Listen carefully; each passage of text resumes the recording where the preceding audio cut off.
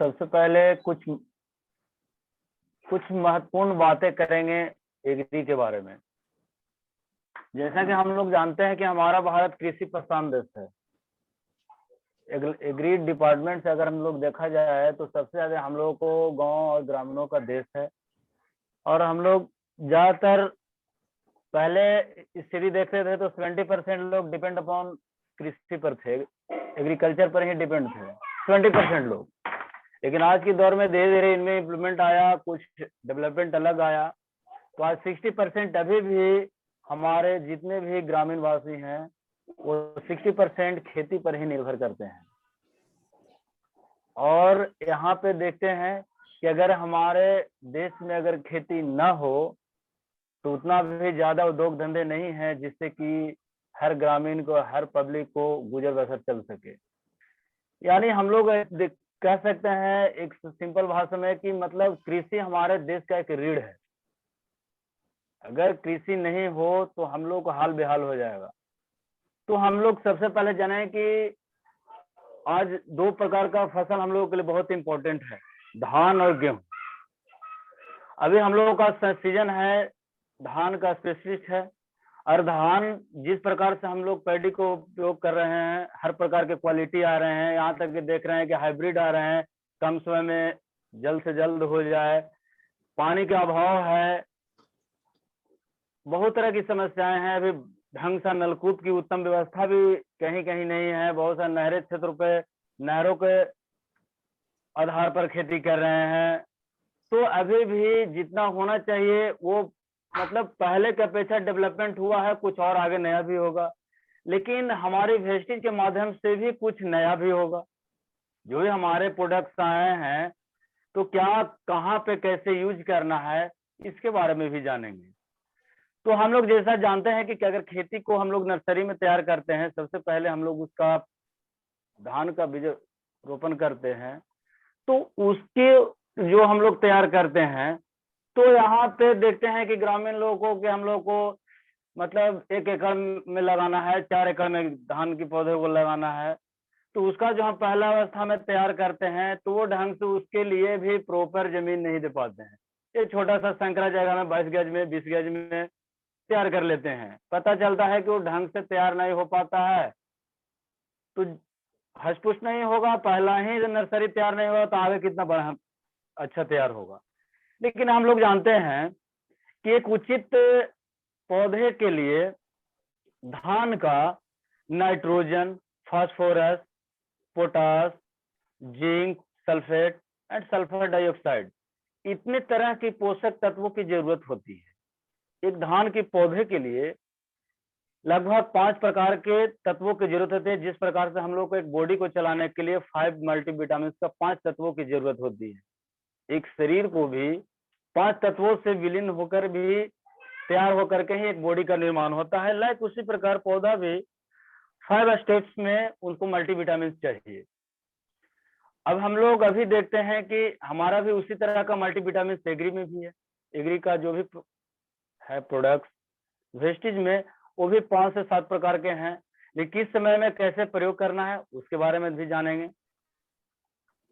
तो हम लोग यहाँ पे नर्सरी तैयार करने के लिए सही टाइम अगर देखा जाए तो 1 जून से 15 जून तक माना जाता है।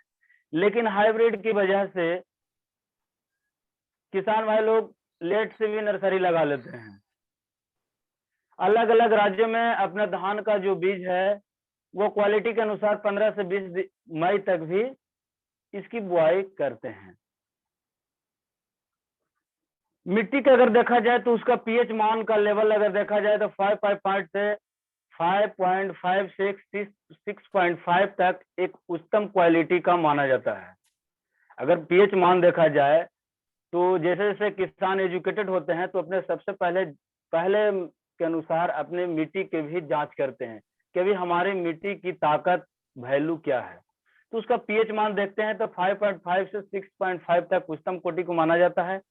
और धान के लिए सबसे महत्वपूर्ण मिट्टी, इंपॉर्टेंट मिट्टी चिकनी मिट्टी होती है, काली मिट्टी है, चिकनी है, दोमट है। ये सब जो है धान के लिए एक स्पेशल मिट्टी माना जाता है। वो इसमें क्या होता है कि पानी की ऑब्जर्वेशन जो है बहुत अधिक होता है, ज्यादा दिन तक टिकाऊ पानी होता है, क्योंकि धान के लिए परफेक्ट लगातार पानी की जरूरत होती है। और जहाँ है कि आज हम पटवन करेंगे, बटरिंग करेंगे और कल सूख जाए, तो वहां पे धान के लिए थोड़ा सा क्राइसिस हो जाता है, दिक्कत हो जाता है, धान पीला पड़ जाता है, लाल हो जाता है। तो वहां पे लेकिन धान के लिए वाटर बहुत जरूरी है।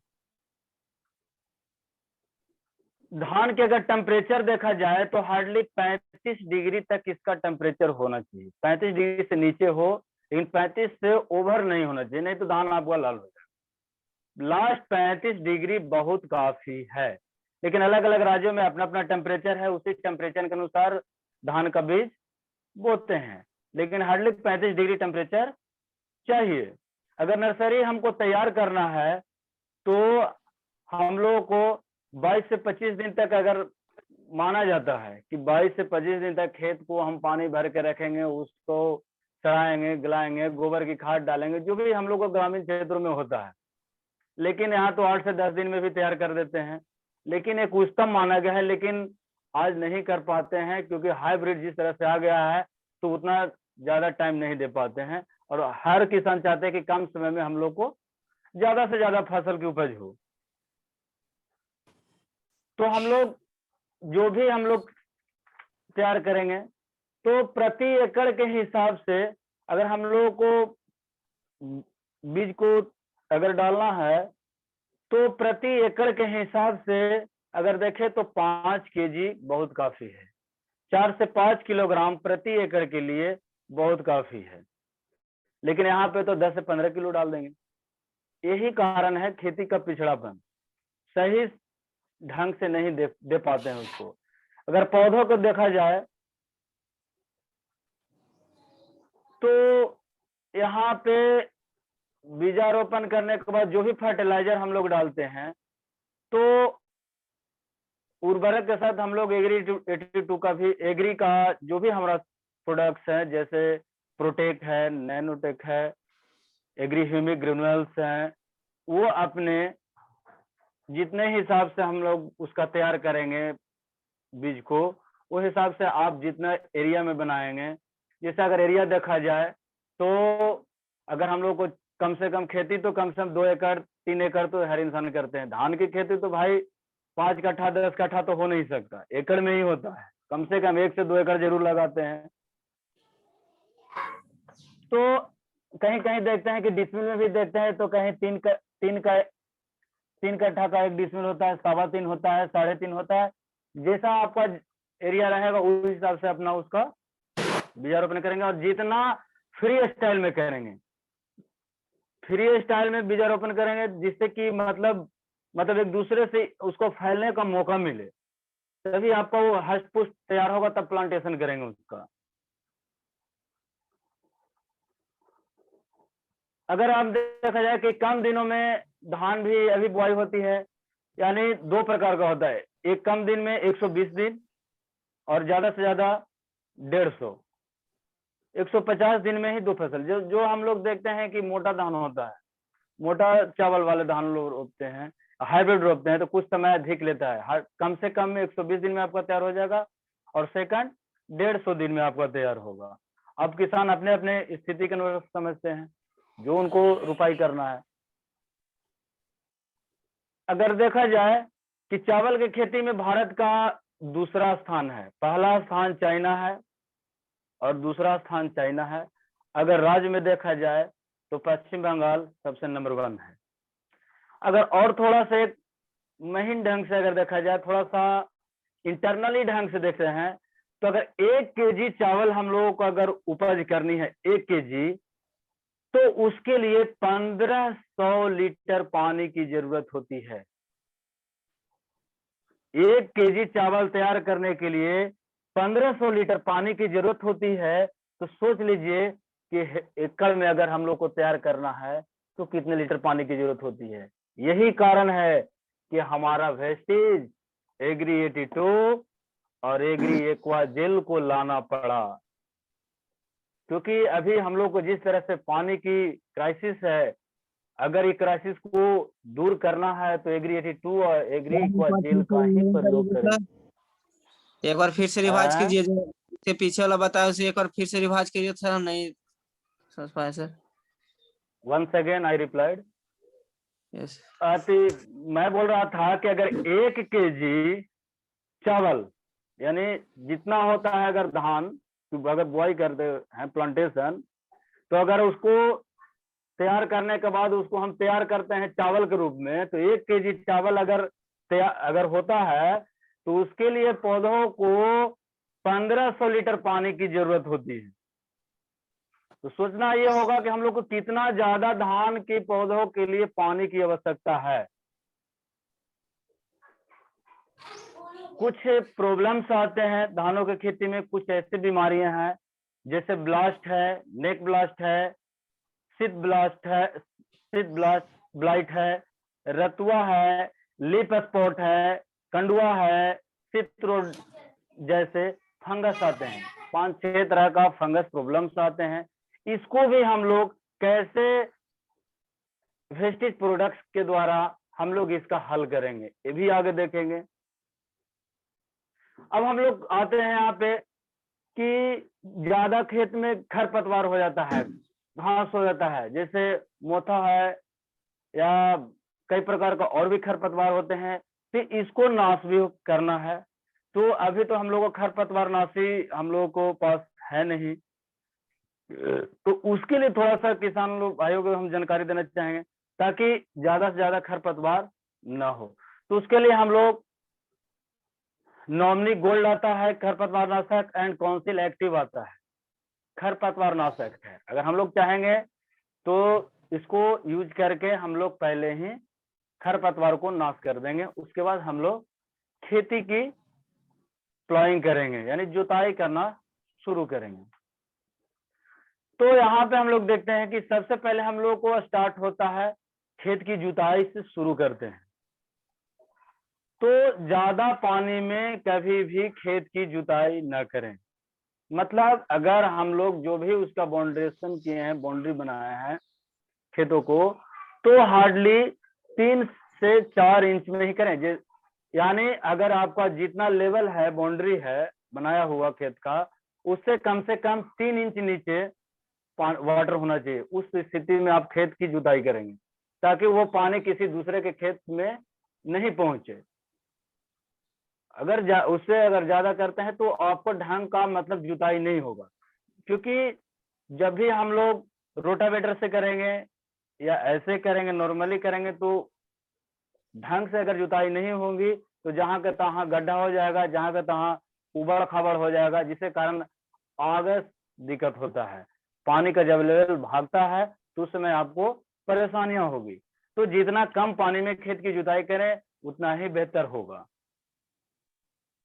अब आते हैं हम लोग खेती को जुताई के समय हम लोग वेस्टेज के माध्यम से कौन कौन से प्रोडक्ट्स को डालेंगे। तो 3 प्रोडक्ट हम लोग यूज कर सकते हैं। एग्री ह्यूमिक ग्रेन्युल्स यूज कर सकते हैं, एग्री गोल्ड हम लोग यूज कर सकते हैं, और एग्री 82 भी यूज कर सकते हैं।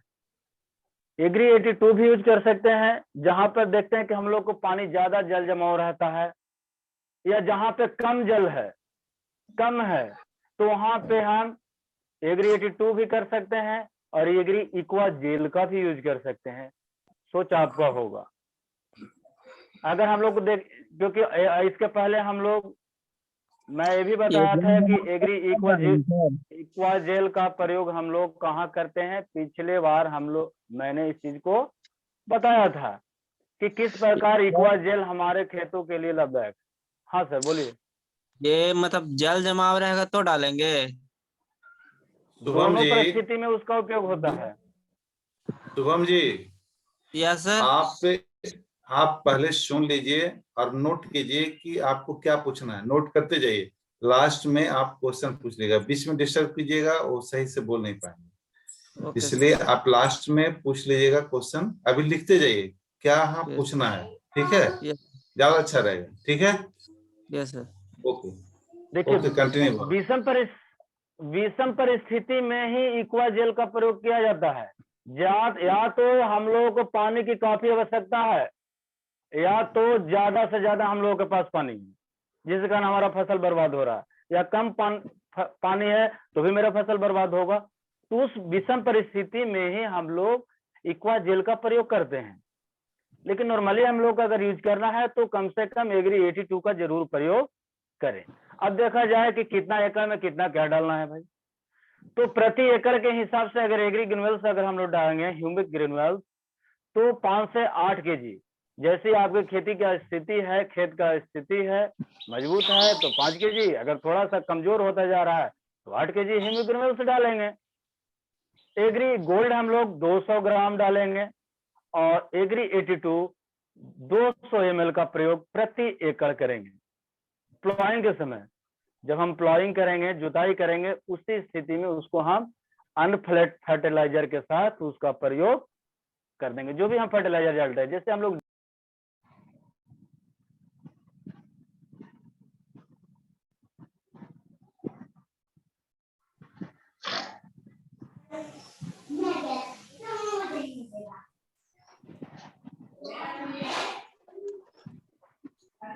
तो अभी हम लोग जो भी फर्टिलाइजर उपयोग करते थे, जैसे एनपी 16-12-32 हम लोग एनपीके डालते थे, डीएपी जिसमें हर मल्टीविटामिन मिला हुआ है, उसके साथ हम लोग डालते थे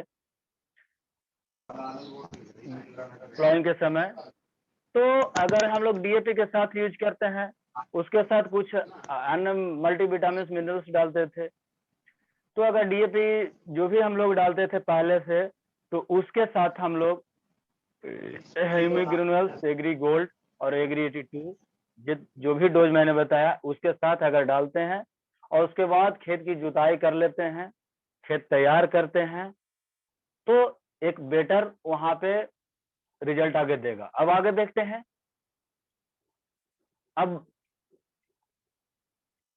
जब हम लोग खेत तैयार कर लेते हैं तो हम प्लांटेशन करते हैं पौधे का। एक जगह से दूसरे जगह पर प्लांटेशन जब करेंगे तो पौधे की दूरी कम से कम 20 से 25 सेंटीमीटर, यानी इंच में देखा जाए तो 8 इंच से 10 इंच की दूरी होना चाहिए। कोई भी पौधे के एक से दूसरे पौधे की लंबाई गुने चौड़ाई स्क्वायर देखेंगे तो 20 से 25 सेंटीमीटर। अब देखा जाए कि कुछ ऐसे पौधे लगाते हैं जो कि ज्यादा से ज्यादा मतलब कलियां करते हैं, वो कलियां ज्यादा करते हैं। तो जो पौधा अगर कलियां कम ऊंचाई तक बढ़ता है, लंबाई उसका जो है कम होता है, तो कलियां ज्यादा करेगा। अगर लंबाई अधिक करता है तो कलियां उसका कम होगा।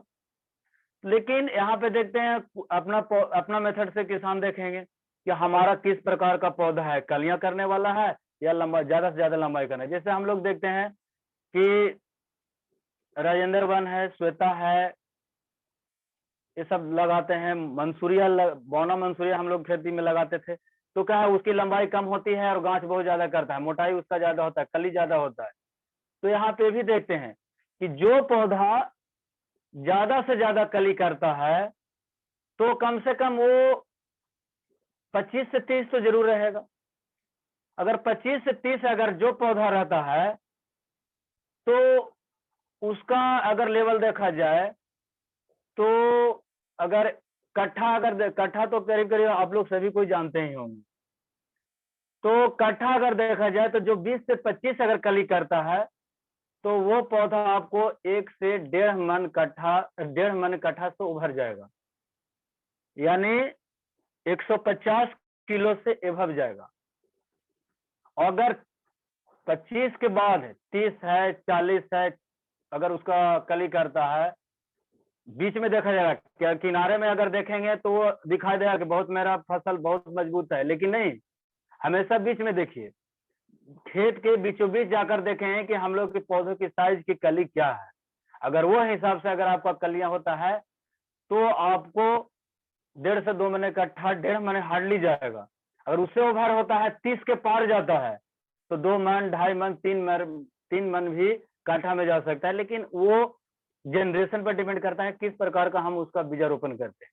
एक और थोड़ा सा बता देते हैं, अगर बाल जब बाहर निकल जाता है, बाहर बाल जब निकल जाता है तो अगर 250 रहेगा, काउंट करके अगर दाना को देखेंगे 250, 250 अगर आपका दाना अगर होता है तो आपको 1.5 मन, और 250 से अभव होता है 300, 350, 2.5 से 3 मन, यानी 2 मन से ओवर होगा।